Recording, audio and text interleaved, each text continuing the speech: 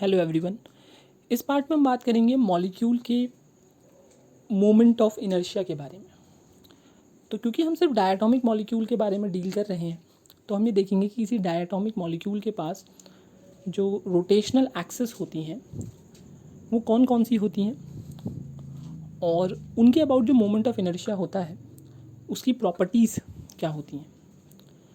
तो जब हम रोटेशनल मोशन की बात करते हैं डायटोमिक मॉलिक्यूल के, तो किसी भी तरीके के रोटेशन को जो कि 3 डायमेंशन में हो रहा है उसको हम एक्सप्रेस कर सकते हैं in terms of rotation about 3 principal axis of the diatomic molecule. और इन प्रिंसिपल एक्सिस के अबाउट जो मोमेंट ऑफ इनर्शिया मॉलिक्यूल का होगा उसे ही हम क्या कहेंगे, principal moment of inertia. Diatomic molecule के केस में ये प्रिंसिपल एक्सिस काफ़ी ईजीली लोकेट करी जा सकती हैं, जैसा कि फिगर में है।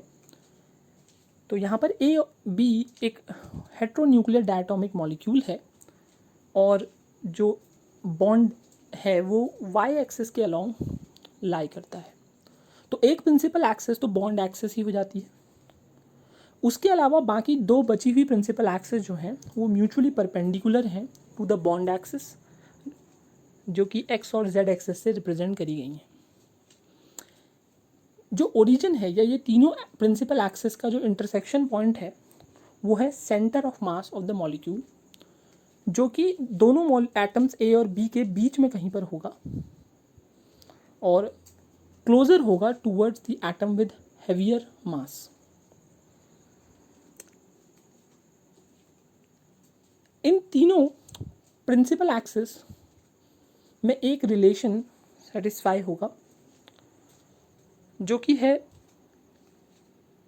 I1 equal to I2 equal to I and I3 equal to 0। अब I3 इक्वल टू 0 कौन सी एक्सेस है? I3 मॉलिक्यूल का moment of inertia along the bond axis होगा, जबकि I1 और I2 बचे हुए दो एक्सिस के अलोंग जो भी मोमेंट ऑफ इनर्शिया आएगा वो होगा।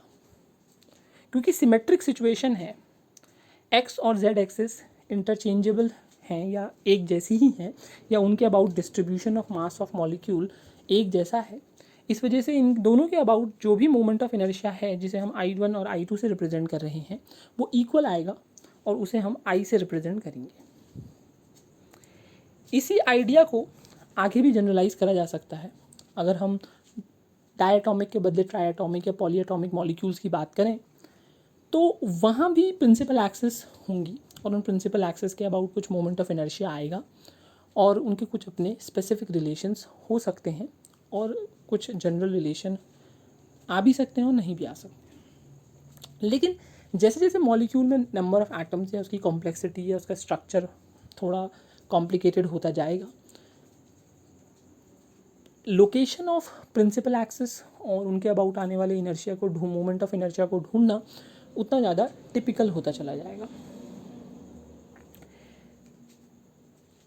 लेकिन डायटोमिक मॉलिक्यूल के केस में जो प्रिंसिपल मोमेंट ऑफ इनर्शिया हैं वो काफ़ी इजीली लोकेट करे जा सकते हैं। अब बात आती है कि वाई एक्सिस या फिर one of the principal axis या प्रिंसिपल एक्सिस के अबाउट जो मोमेंट ऑफ इनर्शिया है वो ज़ीरो क्यों है? इसके पीछे रीज़न काफ़ी सिंपल है। जैसा कि फिगर में हम देख सकते हैं कि बॉन्ड एक्सिस या जो वाई एक्सिस है उसके अबाउट मास डिस्ट्रीब्यूशन ज़्यादा नहीं है, क्योंकि एटम्स का साइज़ काफ़ी छोटा होगा और इस वजह से वाई एक्सिस के अबाउट जो मास है वो बहुत ज़्यादा दूर तक डिस्ट्रीब्यूट नहीं होगा। और क्योंकि मोमेंट ऑफ इनर्शिया जो है वो मास डिस्ट्रीब्यूशन पर डिपेंड करता है कि एक्सिस से मास कितना दूर तक फैल रहा है या कितनी दूरी तक है, उस वजह से यहाँ पर जो मोमेंट ऑफ इनर्शिया कैलकुलेट करा जाता है वो अप्रॉक्सीमेटली ज़ीरो या ज़ीरो ही माना जाएगा।